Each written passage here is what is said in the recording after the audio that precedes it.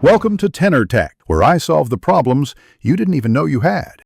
You start by confirming your phone supports Qi wireless charging and by plugging the charging pad into a reliable wall outlet. Make sure the indicator light is on. You then clear the pad of dust and place the phone face up near the center of the pad. Once done, slightly adjust the phone until the pad's LED or phone screen shows charging. This initial alignment is crucial because coils must overlap for efficient power transfer.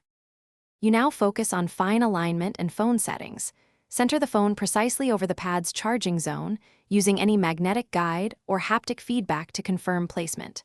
Once centered, close power-hungry apps and consider enabling low-power mode to reduce heat and improve charging efficiency. Make sure your phone stays still. Movement interrupts coil coupling and slows charging.